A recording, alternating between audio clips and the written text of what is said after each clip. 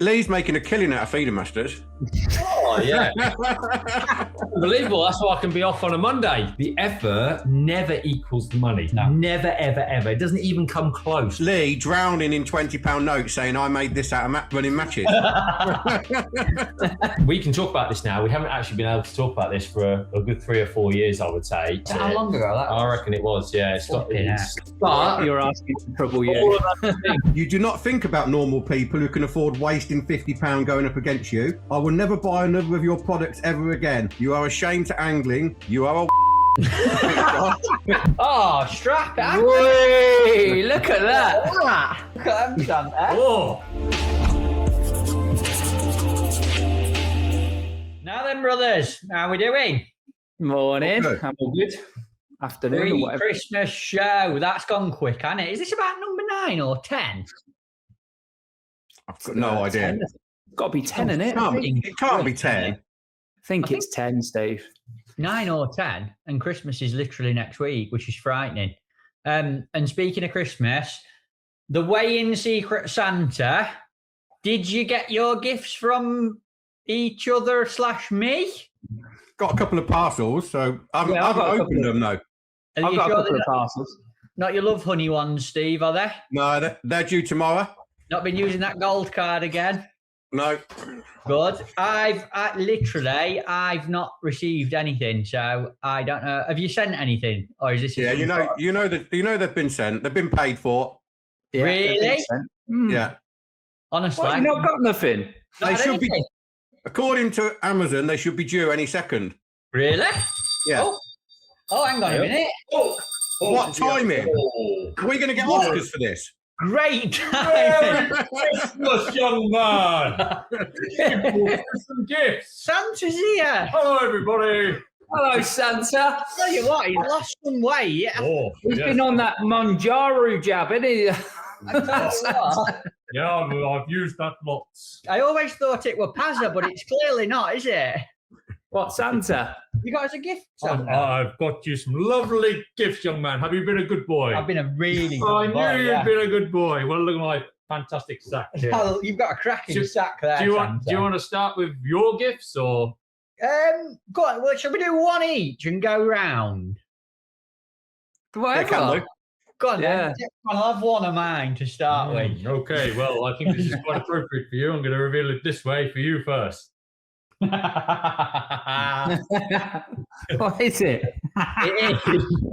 It's sexy and funny apron. That's brilliant. That is great. I'm making tea tonight in that. Thank you. Get it on then. Look at that. Santa. That is brilliant. Love it. Let's try it on. Yeah, What have get you it got, on. Stephen? I'm just going to... I don't know if I dare look. Oh, very exciting 2026 calendar for at the top there. To replace the one that everyone didn't like. That's brilliant. You've obviously been. I'll get that up for the new year. Get it up. Get it up. What have you got, Room Dog? I'll open one. Let's have a look.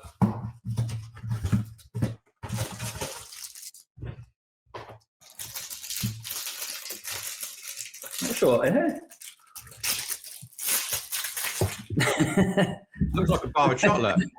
Fixer of everything. I'll pop that on my desk. My desk that's broken, yeah? And my Wi-Fi that's broken. Thank you very much, whoever brought me that. Lovely gift. Thank you, Santa. You're welcome, young man. What else you got, Santa? Oh, strap it. Whee, look at that. OnlyFans. Yeah. No, Matt, do you know anyone who does OnlyFans? I don't, to be fair, mate. Do you, Stephen? No, not a clue. Open it up, you might see them. Whoa. Look at them, Santa. Oh, they're fantastic fans. Look at them. I'm gutted. I thought I was going to see some titties. Don't be silly. Look at her. It's a personal favourite. Oh, thank you, boys. You're welcome. Yes. What other gifts have you two sponsors got? Don't even know what this is. Turkey face. Open it up, Steve. You have to put it on. Look it. Hey, thank God for you, Santa and Amazon. It's be a boring show. I got you a Christmas turkey, Steve. Oh no, I'm just looking at it. Steve, put it on. That'll keep your head warm, young man. I'm not wearing that on podcast.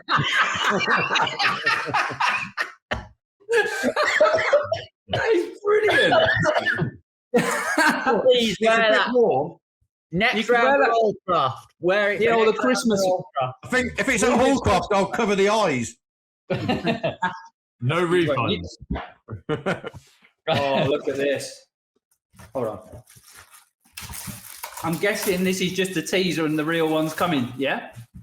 Well, it depends. It depends how many feeder chairs you sell. Oh, look at this. An orange Lambo. That is perfect. The perfect gift. I'm guessing as soon as this is finished, the real one will turn up. Is that right? Yeah, is that how it works?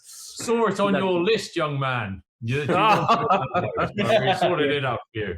I didn't put miniature on there.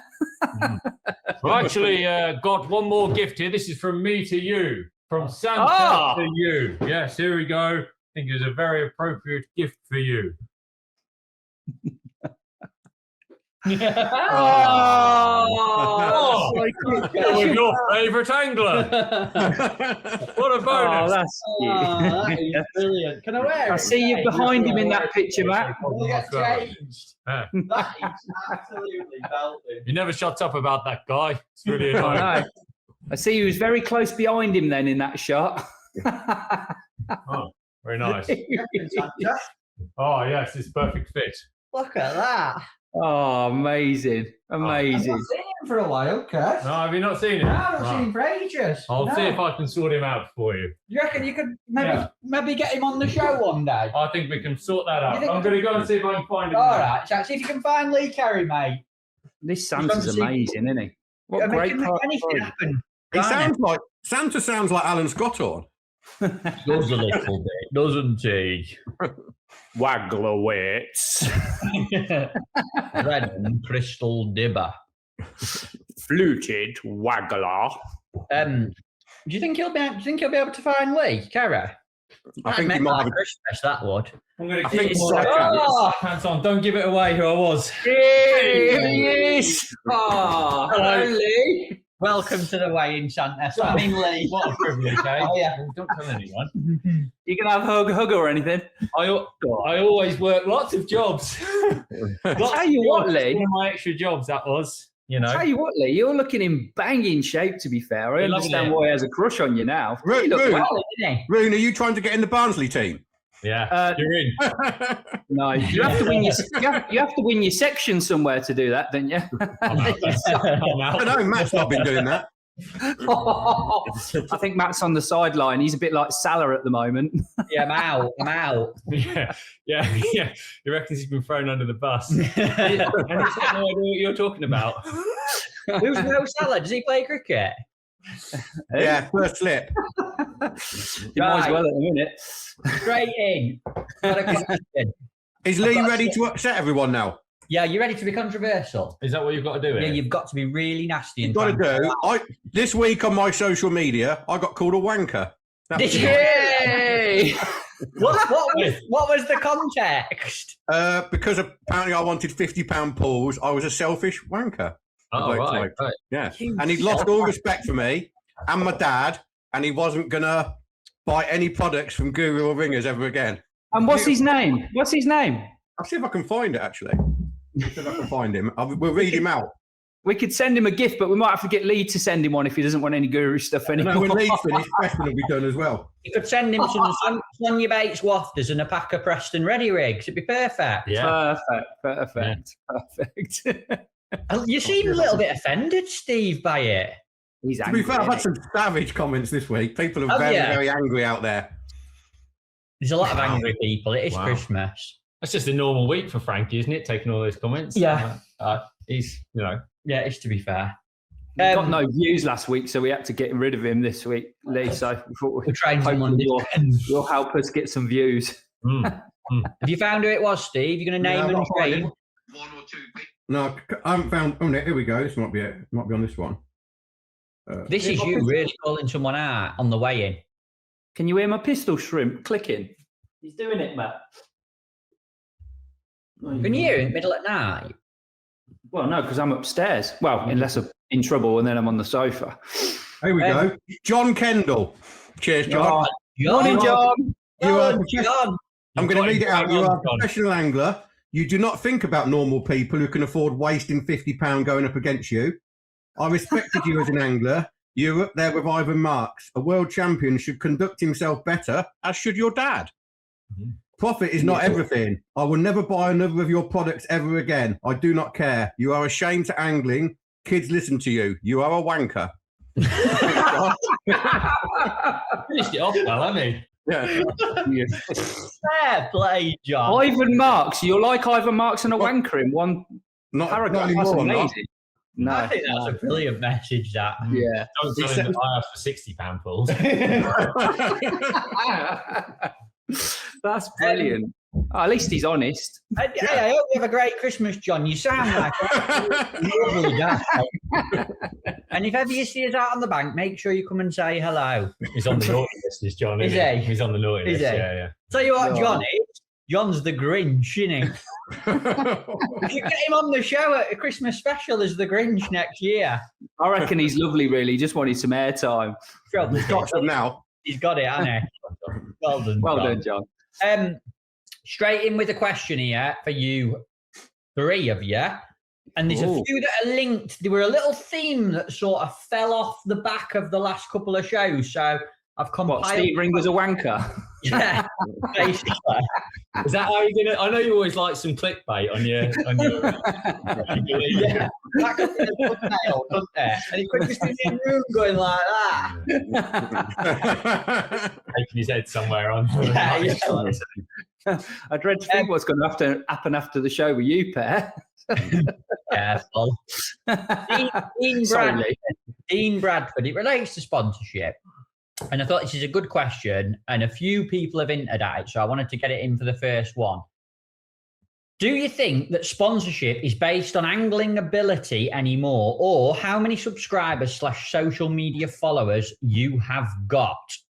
Great question. I don't think he's been funny. I think he's genuinely brought something to light there. Is it important to have a social media, a professional base, where you don't get called a wanker? And obviously, is it important to be good at fishing as well? Like, it'd be interesting to hear. I'll kick off with you, because you're the guest. All right. What are your thoughts on that question from Dino? I think that you have to realise, if I was an angling company, what I am sponsoring somebody for. So if I've got somebody going out there promoting my products, then one, people have got to listen. I want people to listen to what I'm trying to get them to promote.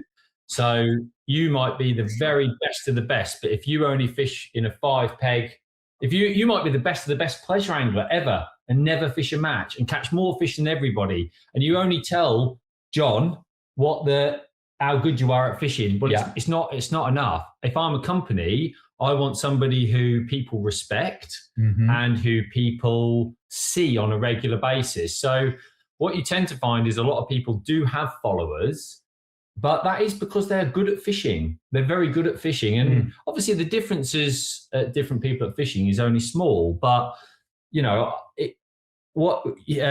in Dean's question, sponsorship these days is about social media and followers. In the past, it was if you were in Angling Times or you were somewhere else, that's where it came from. But now, how do you get seen? And that's how you get seen, isn't it? Yeah. It's no good knowing. It's no good being the best guy who fishes, my local pond. It's no good for you, is it? So. For me, I think it's very important. If I was a tackle brand, I'd want somebody who people listen to and respect. So when they speak about something, it's true. That's my most important thing. Really, so it's a bit of a balance, is what I think. you're saying, I think really, you need to balance the two. Yeah, absolutely. Yeah. You can't be there is some amazing anglers out there who probably haven't got as high a profile and as such don't work in the angling industry. James Dent, who's who's a brilliant, I think one of the best anglers in the world. Well, one of the best anglers in the world. But he doesn't want to chase the social media, and he doesn't want to chase so he doesn't spend his time trying to be, do those sort of things, does he? So there's a balance. But obviously he is sponsored by Guru because he's excellent, and the people that know James respect him a lot. So there's a balance there, isn't there? Whereas he's not your Steve Ringer, who obviously is good, very good, and also has all the respect. So that they're two things that you need to balance a lot, I think.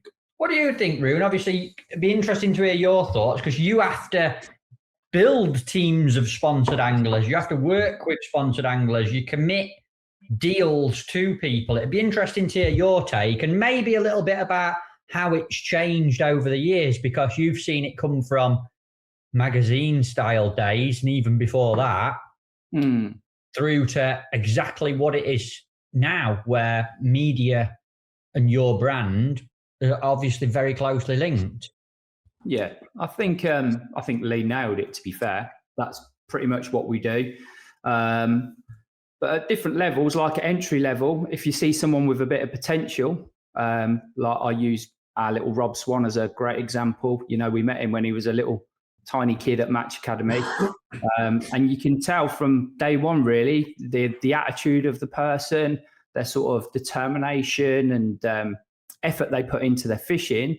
Then sometimes, that boy's going to grow up with not much support from angling. So I do look at people like that as well and think, do you know what? If I can help him a little bit with some kit and maybe some money towards some matches, then I'm going to be able to give him the best opportunity he can have. So you've got sort of that level. I don't always sponsor the very best anglers in the world. You can see Steve sitting there. He's coming on quite well now, but we look after all types. So, but it's, again, like Lee said, it's personality. It's what they can offer to the brand. It's the type of person that we invest in.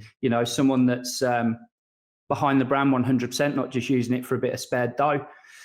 Someone that can promote the brand for us in the right manner. Someone that supports the brand. Someone that's brilliant on the bank. Someone, probably the best example, I shouldn't really say this on here, but Mark Griffiths has been a brand champion for years. He's a very good angler as well. I know we pull his leg, he's a very good angler, but he sort of fishes at that sort of mid-level, enjoys his fishing, but he's like unquestionably the best person on the bank. He shows people his kit, he helps people out. That's the type of thing I'm looking for. And then at the extreme level, when you get to like Steve standard, perfect on social media, fantastic angler. And, I like to think that we help Steve in a way to push him further and make him even better than he is. And I think that's the different levels we do it at. And I think it's, like Lee said, it's a combination of everything. You need that at all different levels to create a really good team. And that's how I do it anyway. It's interesting because what you've brought into this from your point of view there, and I'm going to add something else to it, is you've got to a point where you're almost manufacturing your own sponsored anglers. You're spotting young and you're going, you're a great little angler. Here's a little bit of help and some guidance, which is where Match Academy, the talent pathway, selecting that England under-15s team and putting these 5 youngsters on a pedestal on the international stage at a young age. You're professionalising the younger end of match fishing with what you're doing with the brand, and people, all them under-15s, all the Match Academy kids are working with your Steve Ringers, Frankie, yourself, me, the whole media team at Guru. They're spending time with them to see what needs to be done in modern day match fishing. And I think that's really professional. And I think it's having a positive effect on young anglers coming through now in terms of attitude, sponsorship, social media. I think they're more aware than ever about it and more professional than ever, if I'm honest. I think so. Steve, what's your take on it? You must be one of the longest standing sponsored anglers in the UK. Don't want to blow smoke up your backside, but I used to read, watch, listen to everything you said as a youngster. And I'm very lucky to be a part of it now. I see how you conduct yourself on the bank. What's your take on what Dean's sort of asking? I think it's changed. I think Lee summed it up quite well at the start. It's changed in, don't know, I'm not going to say I'm old, but like 35 really years ago. Very old. Yeah, very so old. 35 years ago, just going fishing, obviously winning matches was enough. It hasn't been enough now for like, don't know, 10, 15 years. You need to, ideally you want both. You want to be obviously an amazing angler, but also then work hard on your social media. Obviously, if you want to do YouTube and stuff like that. And I'd argue, and this will annoy people, as I annoy people every single podcast. Get ready, John. Get ready, John. It's coming. No, but the social media side now, you've got to be at a certain level as an angler. But like if you can be amazing at social media, that's arguably more important now than the angling side. You know what I mean? That's the way it's gone, particularly if you're looking to attract maybe sponsorship, consultancy, that type of thing. I do believe now, if you can go out, film yourself, maybe find yourself a little niche that's a little bit different, you don't have to be an amazing angler to attract sponsors and stuff like that. I just think that's the way of the world now. It's changed. You know what I mean? Like years ago, people like Alan Scottle and Bob Nudd, massive names, they just went fishing. That's all they had to do. You know what I mean? Now, I think just going fishing would never be enough. I think the extra level to Dean's question is there is levels of sponsorship. So it isn't just a case of, like he's put, do you think to get sponsored? Yeah, but what is getting sponsored? Because if I had if there was somebody on social media being really proactive, who basically didn't really even catch a lot each week, but everybody liked him and they were seeing what he was doing, I'd be thinking, he's a great guy to sponsor. I'm not going to offer him big money or anything like that. And then obviously you get tweaks along the way. And Steve's a great example because he is at the top of the tree with social media and with angling. Therefore, that's your highest level of sponsorship. Yeah. And then, but it's not just like 3 levels. There's probably 10 levels, isn't there? Of course there is. Different levels. So I would say, do you think that sponsorship is based on angling ability anymore? Yes. But at the same time, like you say, it has to be balanced to dictate which level you're going to achieve. Mm-hmm. Some people are a little bit bitter, aren't they? When they see somebody who's sponsored and they think, I'm better at fishing than him. It doesn't matter. It doesn't matter that you're better at fishing than him. It doesn't really matter. It's more about how he's perceived and what he's going to add value to the brand, I think. Yeah. It's the type of person, isn't it? Yeah. They're almost sponsored anglers in many ways are a source of communication between the brand and people on the bank, in shops, in the fishing world as a whole. And if you've got people who whether that's by word of mouth, at shows, in their own fishing or on social media and digitally, if they can communicate the brand's values, educate people, entertain people, make them laugh, that is nowadays as important as being good at fishing in many ways. If you've got both, I think what we're saying is if you've got both, if you can be good at fishing and be great on media, you're going to get towards that top end of the sponsorship. You are, yeah. If you are great communicator, good personality, great attitude, you're going to get looked after and picked up by someone, perhaps. The things go hand in hand anyway, don't they? That helps you progress in your own fishing as well. Because if you're like that as a person, people want to help you, and you will naturally get better at what you're doing, won't you? So, 1,000,000%. Yeah. I think going off on a slight tangent, and people, I get a lot of messages. I haven't fallen into my own trap. You get a lot of like youngsters asking, "How do I become sponsored?" And like I always say the same thing. It's not a one-way street. Like, what do you offer a sponsor? I think when people are thinking about they want sponsorship, it's not like someone's just going to throw a load of kit at them. No. It's like, what's a sponsor going to gain from sponsoring you? I think that's the question they should always ask themselves. Yes. Yeah. Totally agree. Totally agree. Moving it on, slight change of, and Dean, by the way, drop us an email, info@tackleguru.co.uk. We're sending you a full deal in the post and your year's consultancy. Well done, mate. We'll send you a turkey hat, an OnlyFans calendar, and an orange Lambo. I'm keeping the Lambo. Anyone who gets a question read out, make sure you drop us an email with your name, address, and a contact number so we can check it's you, and we'll send you a few goodies in appreciation. Next question. Now, this is this theme that keeps coming up, definitely.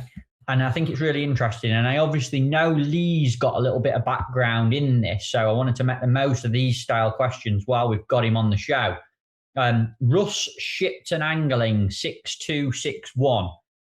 Do you think we could have any venues in the UK that could hold a float world champs, or could somewhere be developed for the event? It would be great to have it here again. Now, what are our thoughts on that topic? Because we've talked about international fishing a lot. Loads of people talk about whether England could host a world champs or not. And I know he's put float there, but feeder, float, one of them two world champs would be great, I'm saying. Mm. What do you reckon?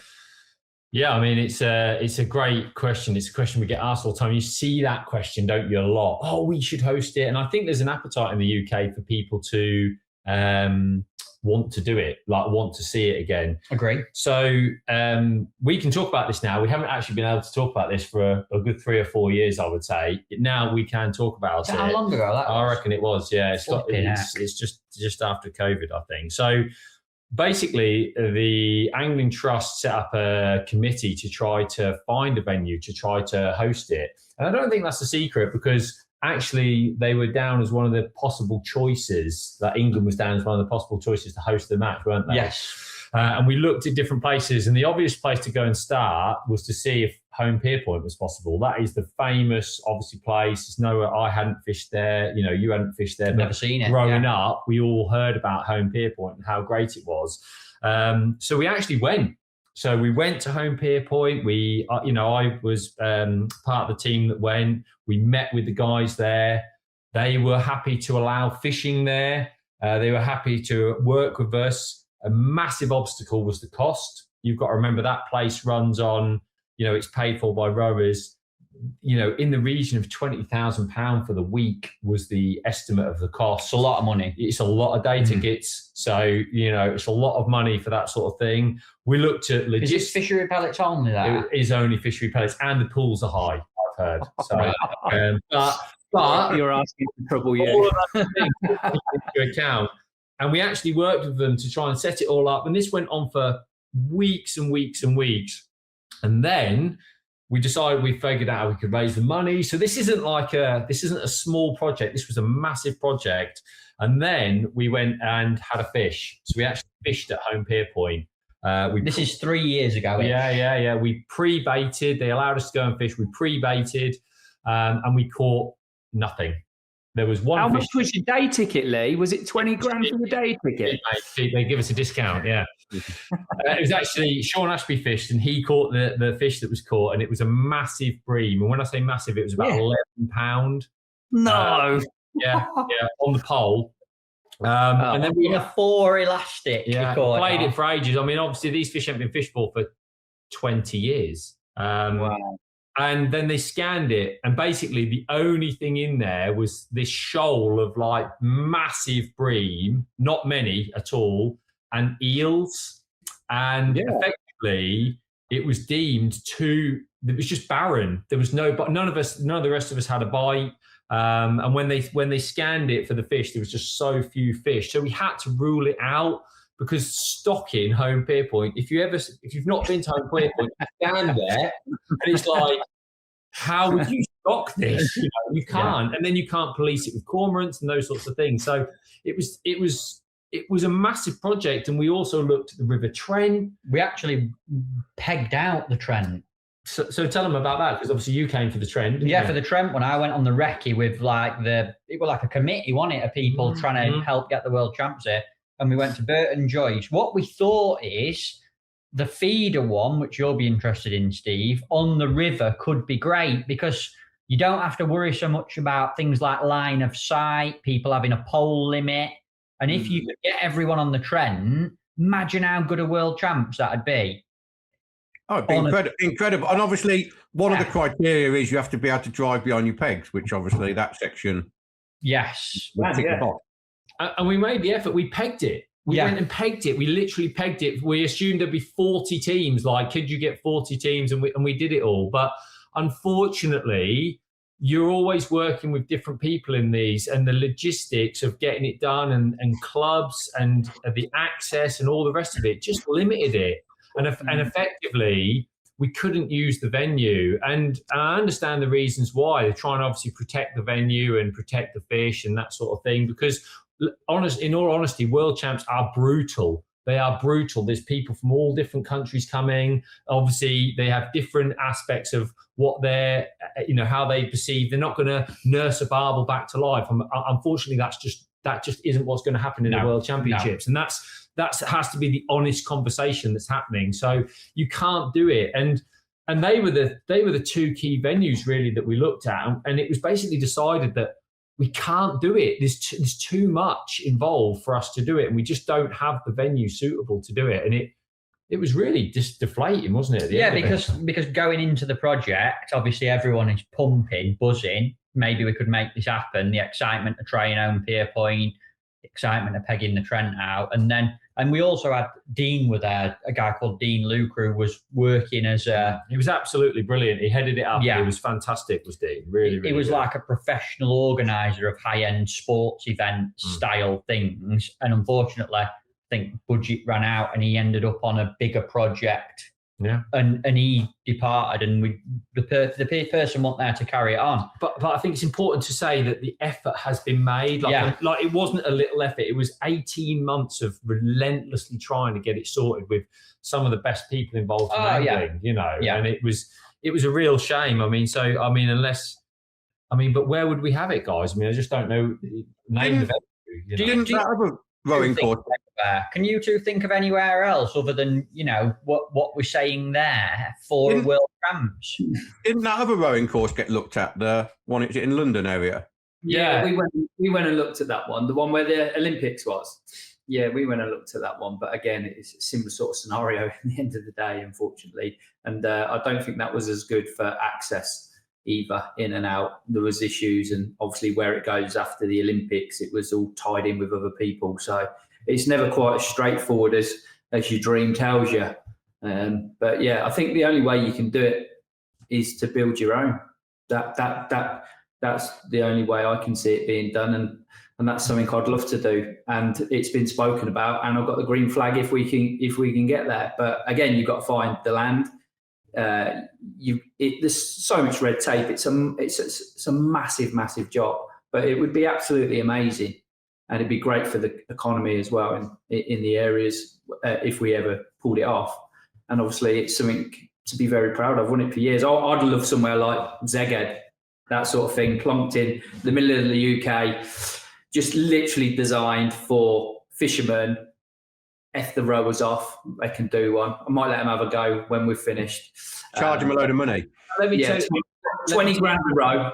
There is a massive demand for it, and because now there isn't just one World Championships. And they are desperate for venues. It would be a venue that would be used for on repeat. Year after year after year. Ladies, disabled, veterans, freestyle feeder, normal feeder, pole, kid, You'd open it up for everything, wouldn't you? It'd be a fishery at the end of the day, but I think you'd have to build loads of other stuff with it, maybe like a teaching centre. You could do so much. It'd be amazing. It is one of our, a few of our dreams at Guru to do something like that.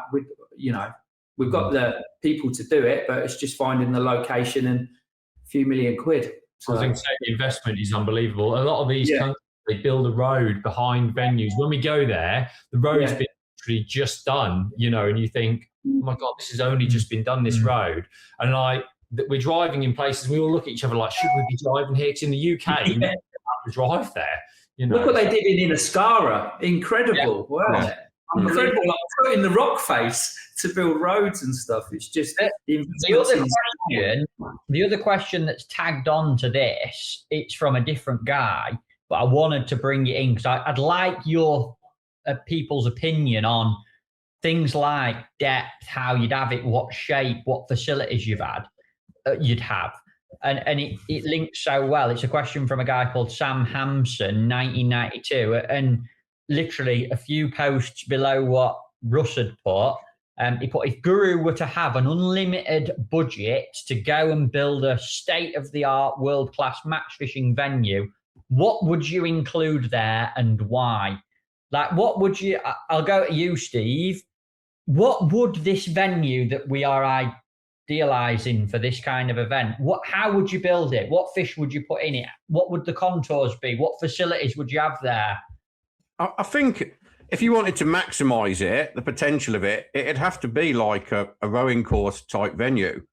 So it'd have to be long, straight, obviously a certain width, so you could double bank it ideally. So like, I don't know, maybe 120, 150 metres wide. So it allowed both feeder and float matches, whereby there was a decent chuck without crossing over each other, so to speak.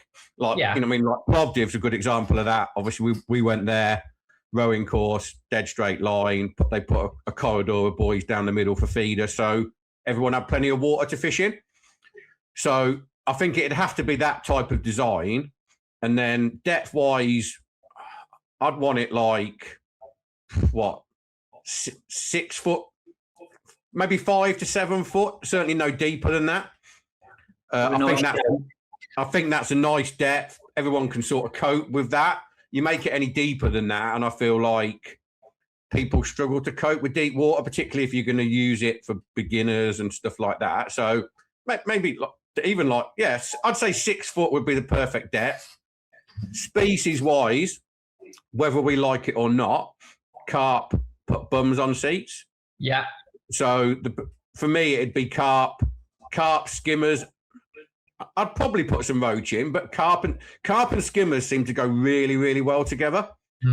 Like, I think they exist on different food chains, whereas like you put tench in, for instance, with carp, and everywhere I've ever been where there's carp and tench and a decent head of carp, the tench end up anorexic, basically.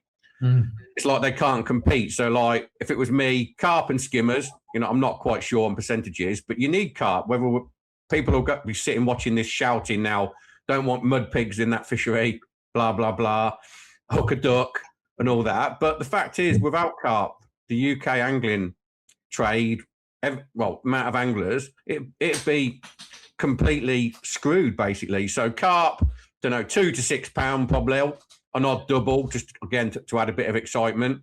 And then I'd loads of skimmers. I love skimmer fishing. I think they're an amazing fish. It'd also offer then some brilliant winter sport. So that'd be my two species. But obviously then you've got the big issue of if you're building a massive rowing course type venue, then you've got to protect it. And obviously that goes back to a subject from another way in of cormorants and keeping them off. Infrastructurally, it would need to be a full-time job for a team of people, wouldn't it? Yeah. Without a doubt, you'd need the. One thing I do think that I can feel this is a plan. This is a plan. One thing we're going to do it. One thing I do think you could save on, or one thing that is, it's everybody wants to seem to have platforms, right? And platforms create massive maintenance and big issues. And everywhere we go in Europe, there is no platforms, right? You fish off the bank. Now, as where you're talking about, it's like obviously it's a stone slope, isn't it, with meshing over it, so it doesn't get eroded. So obviously, but it's easy to sit on. You wouldn't need it quite as steep. You could obviously like flatten it, keep it nice and flat, but it'd be easy to sit on, and you wouldn't need to then have all this maintenance of platforms and be like, oh, how far apart are the pegs? Like, because some matches 15 meters, some matches 30 meters. You know, where do you sit down? You wouldn't need. You could put numbers along the bank just for the pegging purposes, but obviously it's for pleasure anglers as well, like you're saying, for development and getting people there. But I agree with Steve. There's only two fish, skimmers, and look at Barston. Barston is, in my opinion, the best fishery we've got, and it's got brilliant stocking of carp and skimmers, and it offers something for everybody, from carp anglers. Because I think if you wanted that to work, you'd actually want to encourage people to go carp fishing there. Exactly. Feed them. Anyone who ever goes to Zeghead and fishes Walterland Masters or a World Champs there comes away going, "Wow, what a venue! Fish pollard, lots of fish, aggressive fishing." Everyone gets the string pulled, decent weights, they're spread out along the length. Like, it's so exciting. And there's this little thing at the minute, or it's been a while, to be honest, and I hear it every year on the talent pathway, is what you're taking kids to a commercial for, practicing for world champs. There's more carp, carasio, big fish, hollow elastic, corn, maggot, sticky mag, hemp, like particle fishing on world champs now. That's very commercial based in terms of styles. Anyway. Yeah, but that's because years ago they fished in France and Belgium and Holland and just went roach fishing with bloodworm and joker. National fishing is now across literally all of Europe and to South Africa and places like that. So carp play a massive part, don't they? Yeah. So, but more importantly, Steve summed it up. They give bums on seats. Yes. So if people can go and catch carp, they will go fishing there. For sure, What's the chances of doing it, Roon? What's the chances? You're probably out of all the that here. I have actually already drawn it up.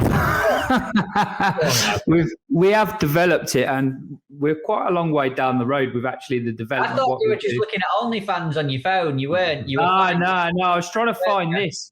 So when we employed Foy to start our fisheries thing, our end goal is this, and this is still one of our end goals. So this is basically what Steve said.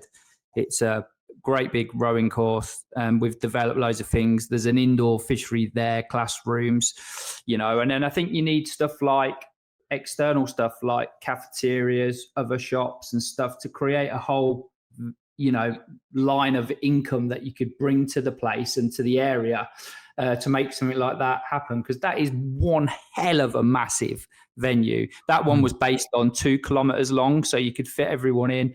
The depth was sort of 6 to 8 foot in the middle with shelves. So when you got to the younger lads, that they could fish on top of the shelf with the pole limits and stuff. Yeah, we've really thought about it. Whether it can happen or not is another question, really. But yeah, it's a job for a team of people. This is just our sort of pipe dreams and what we'd always dream of for something in the UK. And I think it'd be amazing. And yeah, if you put it in front of the right people, I reckon anything can happen, can't it? Yeah, it's great to hear that positivity really towards those sort of projects, because for a lot of people it just seems like it cannot happen. So it's quite exciting to see that it's even been thought about, in my opinion. Like really exciting. Yeah, me too. I like genuinely there when you're like saying, this is our dream. This is, when people sit there and they go, oh yeah, it's all right for you. You're just selling fishing tackle. You just like to actually hear it coming from you. Like, look, long term, if we could finish off by doing something like that, it'd be magic. It really would. Oh, it'd be unbelievable. Fancy a bailiff's job? Yeah, probably. Yeah, sign me up. Yeah. Could have a Santa's grotto there in Christmas. That's it now. Yeah. But have what you want there. Yeah. Do on there. Yeah, I'll be all right. Yeah, very, very, very cool. So exciting. To sum up, I think that probably not really got a venue at the minute, but maybe in 5 to 10 years' time, we might be having a completely different conversation and have completely different vision on it. So we can be optimistic about that, can't we? Yeah. Well, I was going to mention something else and I can't remember what it were. It doesn't matter. The next topic, still in association with venues and match fishing, and a little bit edgy, and we've got a real good mix of people to discuss this, because we fish matches, we run events, we run matches, and everyone sat around this podcast has done for a long time. Barry Madicott, he's posed the question, following on from match pools, do you think that match organisers, not fisheries in brackets, should be able to make money from matches/festivals? Currently, I believe most run them for free. Merry Christmas, ... Merry Christmas, Harry. Thoughts on that one? Well, Lee's making a killing out of feeder masters. Oh, yeah. Unbelievable. That's why I can be off on a Monday. Yeah. Like all of us. Yeah, exactly. You're all off on a Monday, yeah. Who's going first then? Yeah, I mean, I run a lot of matches, so I can sound things like this. There is an expectation from anglers that if you run a match, you do it for nothing. Yeah. That is an expectation.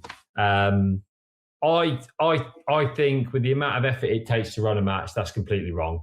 I believe that anyone who's running matches, like some people will say, like, "Oh, I'm taking out £2 for a bit of admin, or like some paper and all the rest of it." Well, you can't just take a little bit of money out for like the paper. The time that it takes to run a match is massive. Now, if you're rocking up at your local fishery and there's us four, we're just going to have a little match. I'm definitely winning. We're not going to take any money. Not going to take any money out, are you? Yeah, if it's a feeder, you'll be in, won't you? So, but if you're running a festival for 5 days and you've got to do all the pegging and all the, like, take Graham West right down at Tamar. He runs a brilliant festival, and there's no expectation. There's no. I think everybody just thinks, well, Graham's doing it for free, and I haven't even looked at the situation. But as far as I'm concerned, if he was taking £500 out to run the festival, I'd be saying, damn right, mate. You have to deal with all the people paying in all the money, all cancelling off, coming back in, do the pegging, etc., etc. You need that. The only thing that I think anglers get frustrated about is they don't want you to take their money. So effectively, we always believe that, in the matches I ever run, I always think, well, anglers pay in. I like to try to get them to pay out because I don't want them to question my integrity or what I'm doing. So if you're going to, as a match organizer, you might arrange like some sponsorship or something, and that would fund how you're running the match, wouldn't it, to a degree? So the sponsor pays your wage for running the event, sort of thing. Yeah, you can balance it like that, but it depends how much it is if you're not getting paid or not getting paid. So, for example, if you're running a guru competition and you task somebody running it from Guru, well, they're salaried. So they are getting paid because they're using their time to run it. They are getting paid to run the matches, but rightly so, because they spend so much time doing it. But if it's your local Sunday match, then I think probably everybody just expects that somebody's going to do it, and you end up with nobody doing it if that's the case. And that causes a big problem, doesn't it? See, I think I've got no problem. Running matches is a right ball ache. And like, to me, it's up to the organizer whether they want to take, I wouldn't call it a wage, but take some money out for their time, effort, trouble, etc. I think where a few people fall down and to the point where this question is aimed at is a lack of transparency. And I think that's what causes rumours, bad feeling, etc. And like I've seen it with a few events. My attitude is, if match organising is a ball ache, no one wants to do it. But without match anglers, we have match organisers, there's no matches. So if you're a match organizer and you want to run a match and you want to take out £3 a peg or £3 an angler for your troubles or £10 an angler, just be honest about it. That's how I feel. I think if you put it out there and say, right, I'm running a big match, blah, blah, blah, this is the admin cost, and then people can see it all. There's like a balance sheet to a degree or whatever. People see it all and they can go, right, they can make an informed decision then whether they want to support that match organizer. For me, I would. It's a no-brainer. I know how hard it is to run big matches, but it stops all these keyboard warriors then posting on Facebook. Yeah, it stops them all posting up. There's £422 missing from this series.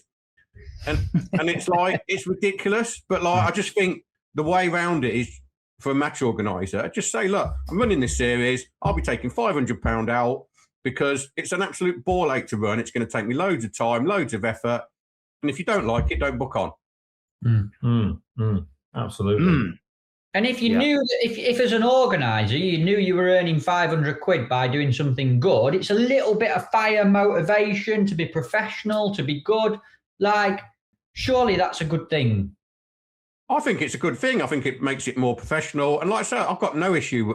I just think sometimes people create problems for themselves by like maybe being a bit afraid to say, this is a real nightmare running this series. But I need to compensate myself a little bit, but I'll get absolutely hammered on Facebook or wherever if I say I'm taking £300 out. But I think you just, be brave and say, I'm running this series. It's going to be run to a really high standard. Venue's amazing. And it's going to take a lot of time and effort, and I'm taking £500 out. I mean, ultimately, nobody runs matches, I don't believe, well, they have done in the past, but at the moment, who's running matches to make money? Exactly, nobody. Like, the effort never equals the money. No. Never, ever, ever. It doesn't even come close. Like, the bigger the event, the more the effort. And any money that you get for your time is nothing. It's nothingness, because the time that you're putting in is good. So like Steve says, clarity is the best way. So as long as anglers understand what they're entering into, and that, like, take your biggest event, let's take a match this, for example, right? And they go, well, the prize fund is 50 grand to the winner. And you go, oh, okay. How much are tickets? 70 quid. All right, well, it's up to you, isn't it? That's how much they're paying out. They're going to pay 50 grand to the winner, and you get to buy a ticket for 70 quid. That's up to you, whether you choose to do it or not. I don't actually necessarily think at that level they need to break down. They need to go, oh, we make 10 grand at a match this, or we make 500 quid at a match this. They don't need to tell us. They need to say, this is how much they're going to win. It's all there for you in black and white. If you want to enter, we'd love to see us in our event. Yeah, that's a different way of doing the same thing to a degree, and just saying, and it's open. You're not saying how much you're taking, but you're saying this is what it costs. This is what you can win. Yeah, it's different levels, isn't it? It's different levels. Yeah. Smaller matches need to do what, I always think need to do what Steve is saying, is in, like, let's say there's a 20 pegger and you're running it throughout the winter. You go, listen, lads, I'm going to take, 100 quid out because I need something. I need something for doing it. But 100 quid for running a 5-match winter series is nothing. Exactly. It's nothing. What are your thoughts, Roon? Because obviously, again, I know that you attend quite a lot of events that are non-fishing events too, which you then get inspiration to apply to things like the events we run at Tackle Guru. Now we've got a feeder cup, commercial masters, talent pathway, match academy, national celebration for your, like, and I know, because I've got you on my back about it. Is this done? Is this done? Are we going to make that look good? What about doing this for it to make it, like, just give people from a professional point of view? It's not a case of, here's some money to enter, that money's going back out, is it? Like, there's more to an event than just a fishing match. Yeah, exactly. Yeah, we the ones we run, you just make it try and be as cost effective as you can for the end user. But these are the things they don't see. They don't see the amount of money you're inputting into people's time to organise it and get the event, the prize money, the usual gifts and stuff we give away with it, and all things like that. So it's a massive task. And like the boy said, I think if you're transparent, that's absolutely fine. On all matches, I don't think anyone could ever question that. And like you say, you're not doing it to make a living out of. I think that's an impossibility. We do it for brand awareness, to support younger anglers, to give people opportunities, and for those reasons. But we never come out on top. I'll say that every time. It costs us money every time. But you do it because it's our sport and you want to grow it. So, if there were those that moan about people taking a few quid out here and there, don't fish. Don't bother. But that goes back to, like, I can't remember the blokes now, how angry people are about money at the minute. Yeah, but it's tough out there, isn't it? But it is tough. Until people can explain the situation, he's probably thinking now, oh, blooming out, maybe I jumped in a bit early there. Maybe he's not, but do you know what I mean? And if you get the opportunity to tell people, like, be transparent on a match or league, this is what I'm going to take, lads, because this is like 3 months of my life that I have to put into this. People would, if someone said, oh, it's this much to run this match, people would pay because they'd understand and appreciate it a lot more. And I think that's the biggest problem. That side of things isn't communicated, whereas in other sports it is, isn't it? It's all, there's a balance sheet and you get to see it. So, but yeah, like you say, your Sunday morning knockups, it's just a bit of fun, isn't it? Just usually someone takes charge and away you go. But I think that's the case of the person running it would be there anyway. It's not, of course. Whereas, like, you must have some examples. Feeder masters must be an absolute minefield of communication, messages. Like, yes, so it's relentless. It's all year round, isn't it? It is. It's relentless. Even people that you know and totally respect ask you what time the draw is the night before. Or chasing me the night before for my money because I still haven't paid. Because I thought Frankie had paid. Oh, yeah, people who don't pay their pools in advance, and it's not Steve. If you can, I've got the thumbnail now. It's Lee. I thought Frankie had paid for me. The thumbnail is Lee drowning in £20 notes, saying, "I made this out of running matches." yeah, absolutely, yeah. That should get some clickbait. Don't tell my accountant. Yeah. What have you lot got planned for Christmas? Because it's just around the corner. I love a bit of Christmas fishing. Have you lot got anything planned in terms of fishing? What are you doing with your family? I'd be interested to know what's happening over Christmas, Steve Ringer. What's it like in the Ringer household? You're going to put a Santa outfit on? No, put a tree up, Steve. I'm not putting a Santa outfit and an Alan Scotton voice on. That was my best Alan Scotton voice, that was. I'm obviously my mum and dad are coming over for Christmas Day. Fishing wise, I've got Barston Pairs, Rooney's on that as well, and then Pete Caton runs like a big money. Oh my god, a big money match at Boddington. That should get everyone. Takes too much out of that. I'm not fishing it. What's the takes pool? too much out on that.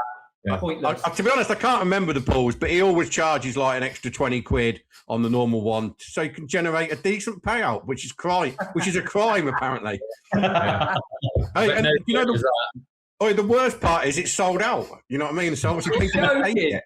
No, it's John on it. I keep saying it since I bought all my barbel kit. I haven't been barbel fishing, so I'm going to have a day definitely barbel fishing. Like it. What you got on Roon Dog? Well, got the rest of working week left and a bit of next, didn't there? So we're out filming tomorrow. Yeah, which will be good.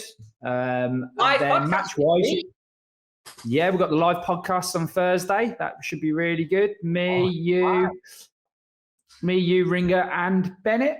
Yeah, at Barston. Yeah. Barston, usual place. Yeah, we've got sold out again. We've got like some new products beforehand to show people that no one's seen yet. So Lee might have seen them in the back of Matt's gallery. But yeah, so that should be fun. And then Christmas, we're just at home. We just have a really close family because my family's all over the place, but it's usually a bit of a drop-in centre for whoever wants to come. So yeah, it's always good fun. The boys are back. The middle one's back from uni and the eldest one's back from work as well. So that should be good to see all them. Other than that, yeah, just the Ringers match, try and get out barbling. Nigel Bothaway actually messaged me the other day, see if he fancies a day barbling. So he's been match fishing and winning as well. Has he really? Yeah, actually, he's been going to Ivy House. So he's been really enjoying it. Yeah, drop me a little text. So I'll try and have a day with him. Steve, we could probably try and tie that in with all of us. Definitely. Yeah. So what about you boys? Have a weigh-in barbel day. I go barbling, yeah. Usually that's the only fishing I do over Christmas. Yeah, So, yeah. I have for Christmas 50 weeks of the year fishing, 2 weeks off. So 2 weeks over Christmas. That sounds like me. Yeah. In reverse. Yeah. Yeah. I might go barbling once. We've done a New Year's Eve barbling for 2 or 3 years. Yeah. We've been on New Year's Eve and packed up as it's got dark, and then it's quiet New Year's Eve, isn't it? Everyone's going out. Yeah. We've had some good days actually. Yeah. Are you going to do a bit of that? Are you going to no matches? No matches. No, like literally down tools for 2 weeks. I think a break's good. I think break's really healthy. Yeah, it is when you get very tired of like everything. Although I will say it's been a lot quieter the last couple of weeks, last sort of 5 or 6 weeks anyway. I always think from what you're doing and what I do and what Steve does in particular, from like just about mid-February when the Winter League final starts until the end of October is like it's gone, and it's mental. So this time of year, it's just nicer to be a bit steadier. 2 weeks down at Christmas, riddle the bloodworm every day. Yeah, that's about it. I'll be doing that too. Yeah, I'm going to bring some around to your house actually to look after for me. Yeah, they'd love it. I think we should get Lee to do as a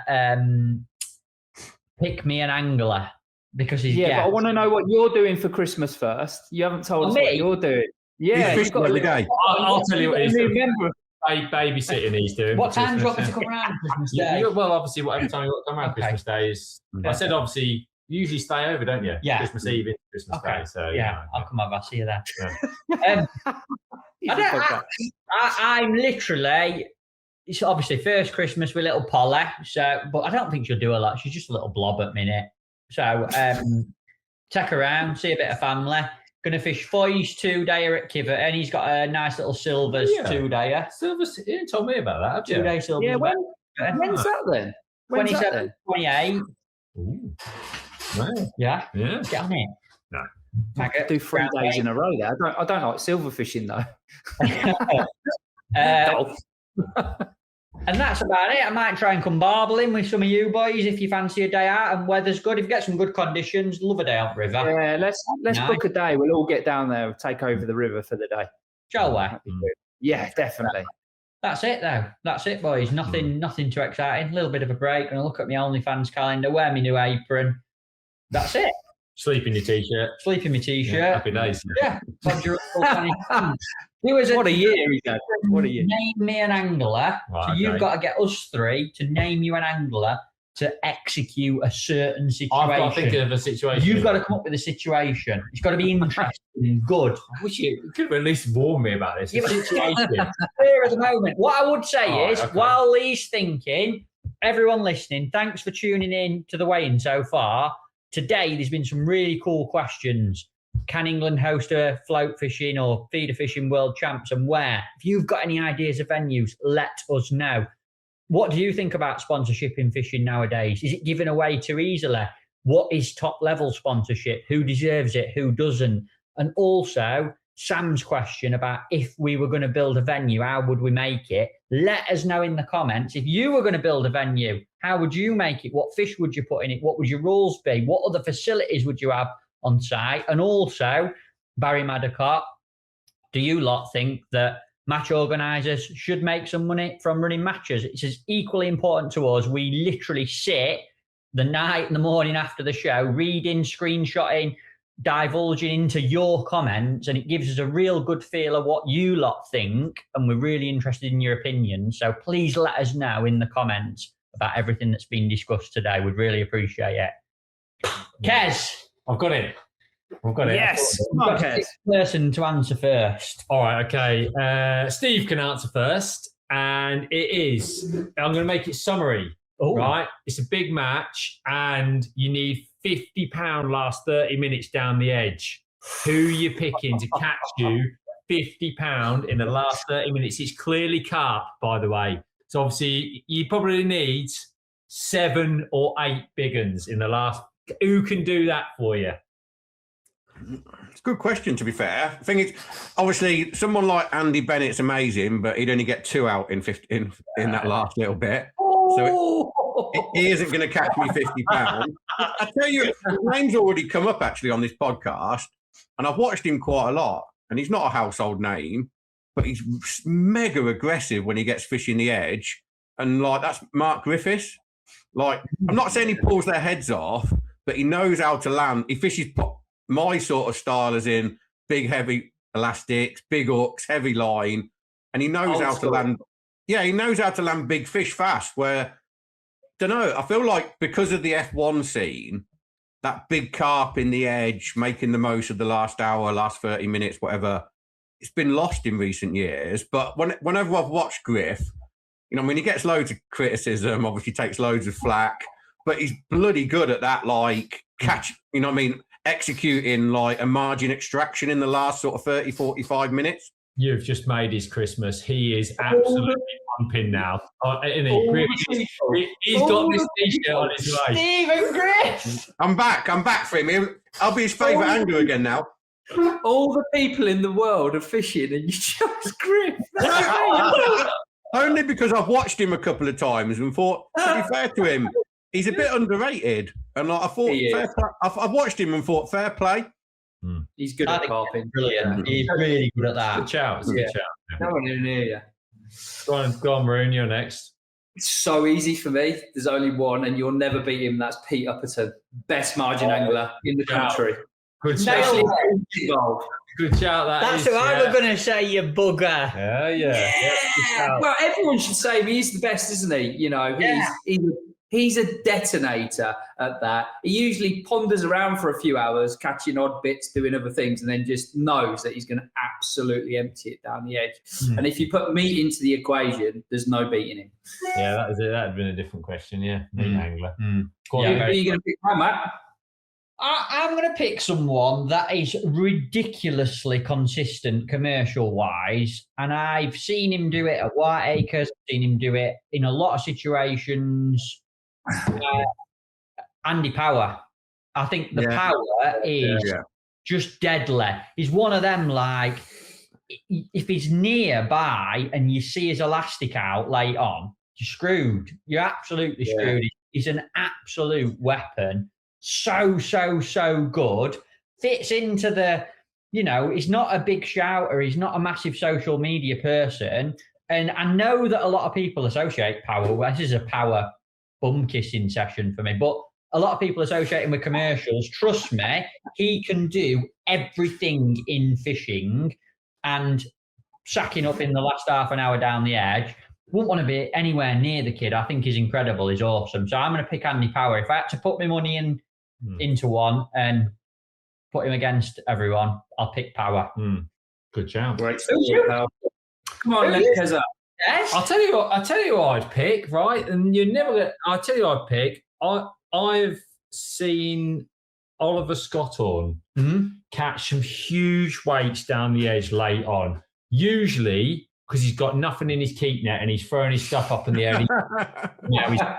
I've got a pound. And then, because I can only assume that he's bagged £100 in the last 20 minutes, because when I get to him, he's got £100. But no, I've seen him catch them, like literally, I've seen him catch carp and gone, that's impressive. So, I'll go. He's a bagger for the last 30 minutes for sure. Good shout. Great guy as well. Let us know who you'd pick, folks, in the comments below. Have a fantastic Christmas. We'll see you in the new year. Merry Christmas.